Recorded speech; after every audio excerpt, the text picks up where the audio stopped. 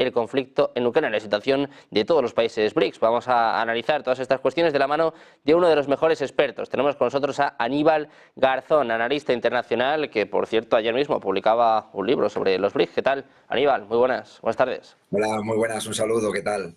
Pues encantado de tenerte por aquí, ya en este pistoletazo de salida de la cumbre de los BRICS. Estamos viendo, bueno, pues que están acaparando desde luego todas las miradas y esta ceremonia de bienvenida que ya comienza en un evento desde luego esperado. Quiero saber qué esperas tú, Aníbal, de esta cumbre y sobre todo qué va a ser un poco lo más importante, dónde nos tenemos que fijar.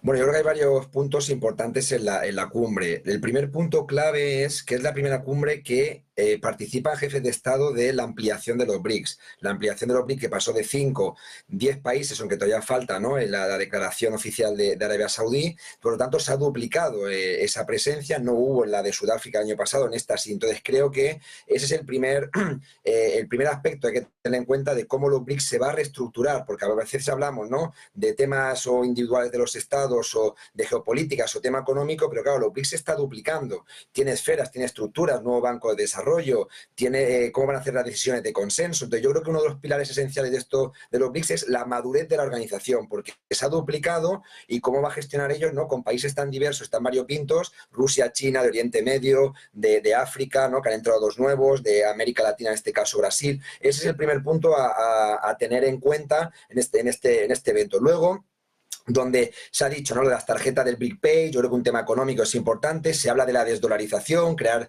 moneda común, pero eso es algo, no solamente se va a zanjar en esta cumbre. Yo creo que es algo que se va a avanzar en algunos criterios, pero sobre todo es un elemento que va a llevar muchísimo más tiempo, porque no es fácil el romper con el dólar en cortoplacista. No olvidemos nunca que los BRICS tienen 15 años de historia. La dolarización y la hegemonía tiene más de 70 con el pacto, ¿no?, de Bretton Woods. Eso es un punto que se va a acelerar, pero sobre todo hay que tener en cuenta en los BRICS, que muchas veces nos habla, son los pactos bilaterales. En todo evento multilateral, donde participan diferentes estados, luego hay reuniones ahí bilaterales, y es importante qué reunión tiene Rusia con Irán, qué reunión tiene China con Brasil, qué reunión tiene. Entonces, es la cooperación tanto bilateral como trilateral que hay en todos estos eventos, que muchas veces nos damos el acento, y contra la cooperación bilateral, trilateral sea más fuerte, también acaba fortaleciendo el consenso dentro de los BRICS. Es un elemento. Y finalmente, la nueva presidencia que se dé en la cumbre del nuevo país, y los diferentes elementos que se van a tener en cuenta, no solamente la cumbre de jefe de Estado, sino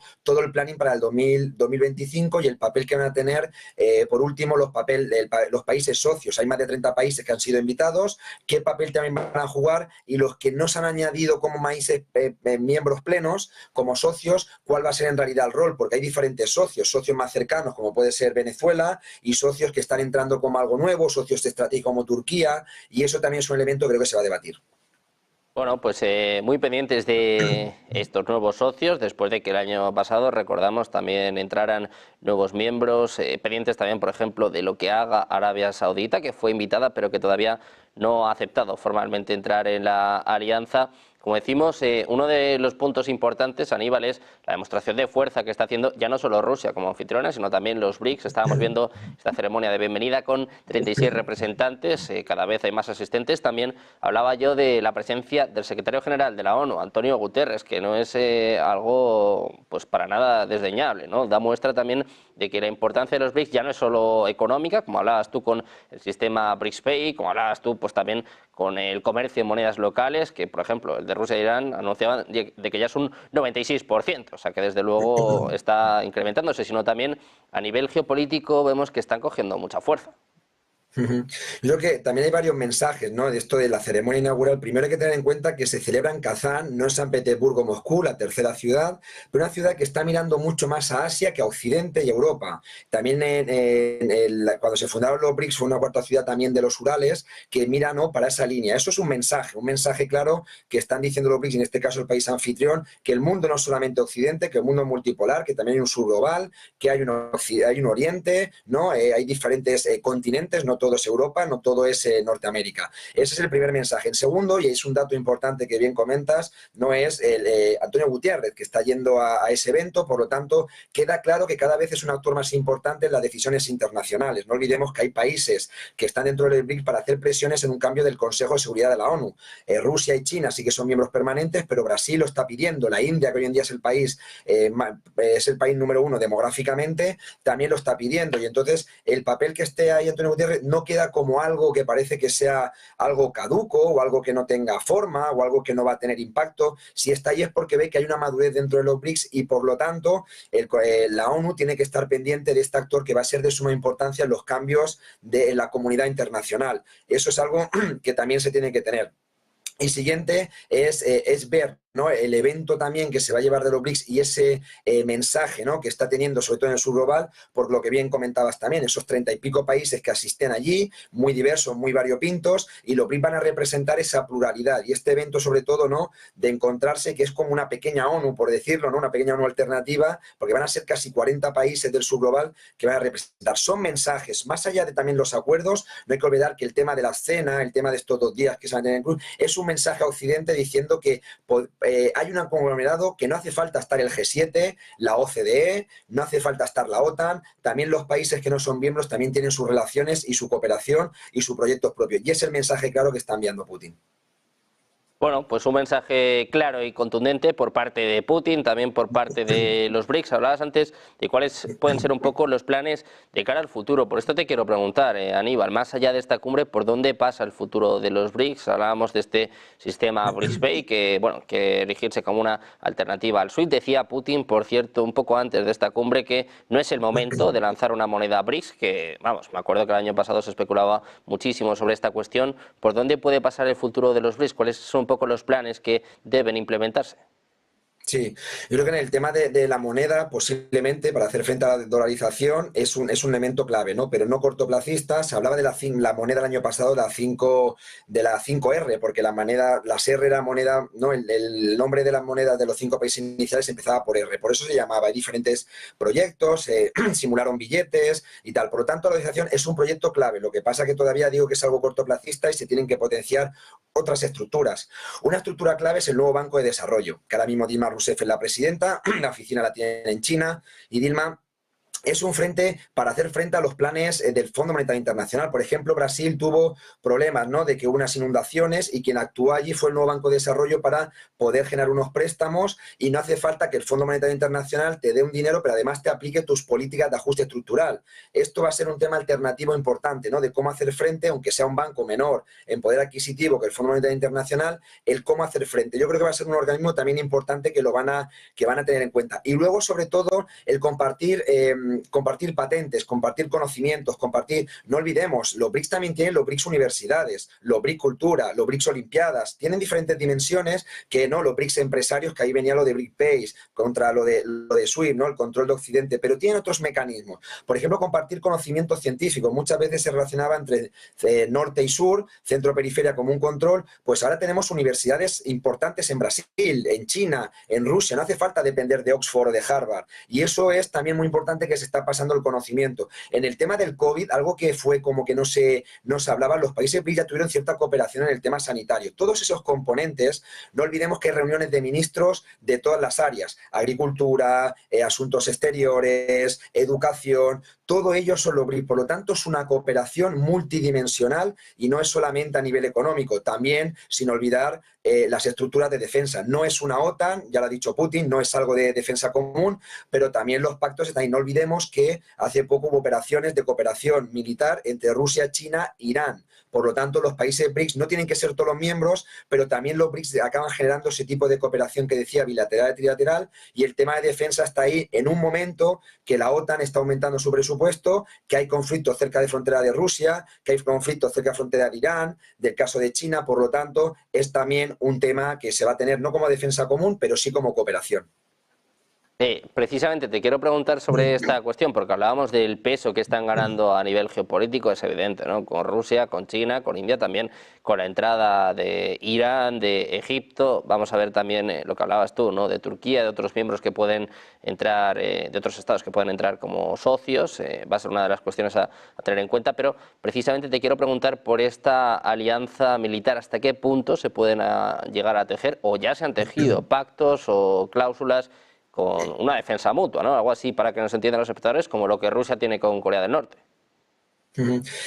Pueden ser ahí totalmente, no una defensa, lo que decimos, ¿no? De los estatutos en ese caso que tienen, ¿no? La OTAN, pero es una cooperación de entrada, de si hay un conflicto, como es mi socio o es un socio pleno completamente, yo también me siento amenazado y puedo entrar. Y es el caso de que no es algo nuevo, no olvidemos que Rusia entró en el conflicto de Siria, cuando hay un gobierno que no tiene una cooperación, una estructura como la OTAN, pero Siria pidió ayuda a Rusia y Rusia, por lo tanto, entró a ayudar al gobierno. Eso quiere decir que tengan una cooperación amplia donde países pueden llevar conocimientos militares e incluso armamento, que pueden llevar incluso cuerpos militares en ayuda en algunos aspectos, y eso es algo evidente. Irán, por ejemplo, no queda sola. En este conflicto que hay entre Irán e Israel, ¿no? Que está en incertidumbre de si Israel ataca, no olvidemos que Irán no está sola, que Irán tiene esa cooperación y esa amplia y alta con países como China, con países como Rusia, que son miembros de los BRICS, y eso está ahí. No es un pacto, decimos, de estrategia de defensa común, pero la cooperación muchas veces dentro, una cosa son las palabras, ¿no? El significado,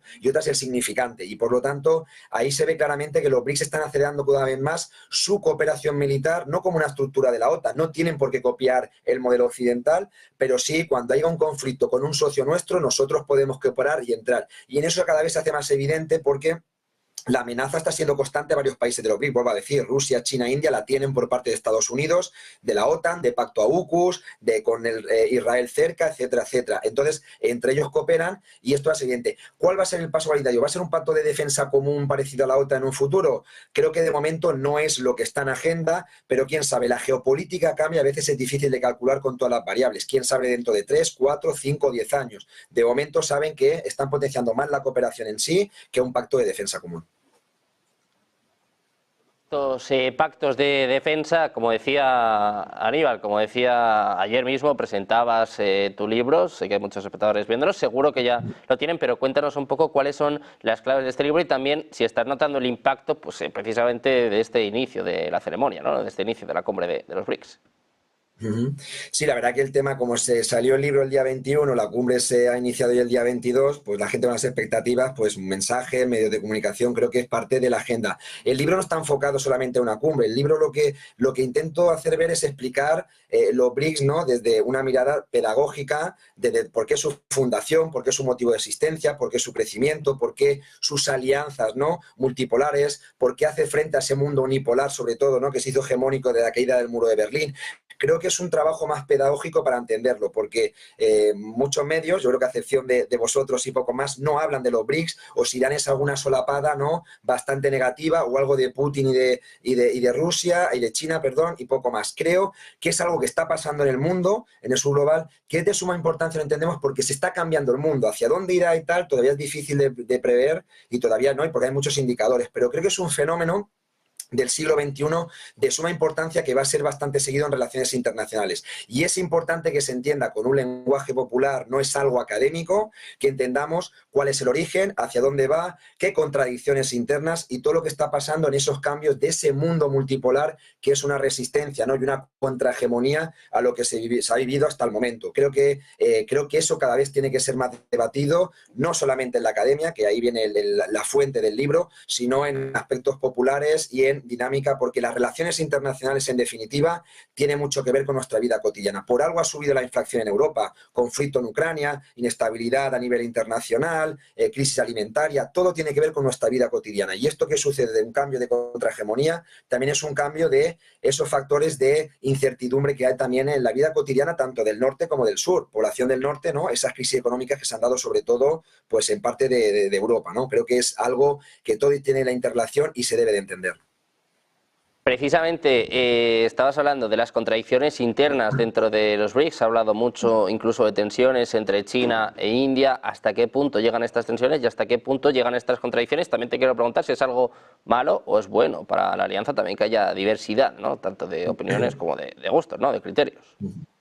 Yo creo que hay que entender que los BRICS en realidad tienen un componente muy pragmático. Es lógico que China e India tienen sus conflictos limítrofes con el caso de Cachemira, que ahí entra un tercer actor que es Pakistán, y tienen sus ¿no? vaivenes ¿no? y todo eso. Y han tenido incluso en algún momento conflictos bastante manifiestos en frontera 2020-2021. Eso está claro. Pero es evidente que tienen ese conflicto y esa disputa, pero saben hacer luego la diplomacia, el reunirse y el poder negociar. Algo que parece que en Occidente es imposible. Occidente muchas veces hay un conflicto, ¿no? Lo que pasó en Irak, lo que pasó en Siria, lo que pasó en Libia, ¿no? Y creo que hay que entender esa lógica del subglobal. Saben que son países muy diferentes. Rusia tiene un proyecto, China tiene un proyecto, India tiene un proyecto, Brasil también, Sudáfrica, son estados-nación, pero saben que se tienen que complementar y tienen... Esto es como una comunidad de vecinos, cada uno tiene su vivienda, la ordena como quiera, la organiza como quiera, pero hay un respeto mutuo e intentan tener una cierta ¿no? convivencia. Por lo tanto, en esa medida que hay de China a India, muchas veces parece que no se rompe. Pongo un ejemplo. El año pasado se realizó el G20 en India, se realizó. No pudo acudir ni Putin, ni pudo acudir ¿no? el mandatario chino, no pudieron acudir. Y de repente decían, aíslan, medios de comunicación, aíslan en ese momento a India del G20 y no hacen ni caso. 2 meses después se realizó la cumbre de los BRICS y todos los mandatorios y jefes de Estado están allí abrazándose y haciendo diplomacia, China, India y tal. Por lo tanto, hay que tener muy evidente que los medios dan una visión occidentalista cuando hay que entender más la lógica de las dinámicas diplomáticas del sur, pese a sus disputas, diferencias, intereses, saben justamente que ahora mismo es complementario para crear un orden mundial alternativo. La India no podía estar fuera del pacto Rusia-China, era evidente que tenía que estar. Y ese fue el triunvirato con sus diferencias y convergencias que está ahí. Por lo tanto, es algo evidente de diferencias, pero complementan unos con otros y no puede exagerarse situaciones de China e India que yo creo que ahora mismo, además, los BRICS han acercado más a estos dos países que en ningún momento. Y ahora mismo la reunión entre los dos mandatarios bilateral va a ser evidente, incluso han dicho que van a intentar solucionar sus problemas fronterizos. Muy pendientes de los entresijos de los BRICS, también de esta cumbre. Muchísimas gracias, Aníbal, por estar con nosotros. Un placer. Desde por aquí, muchas gracias. Muchas gracias de mi parte a vosotros. Gracias.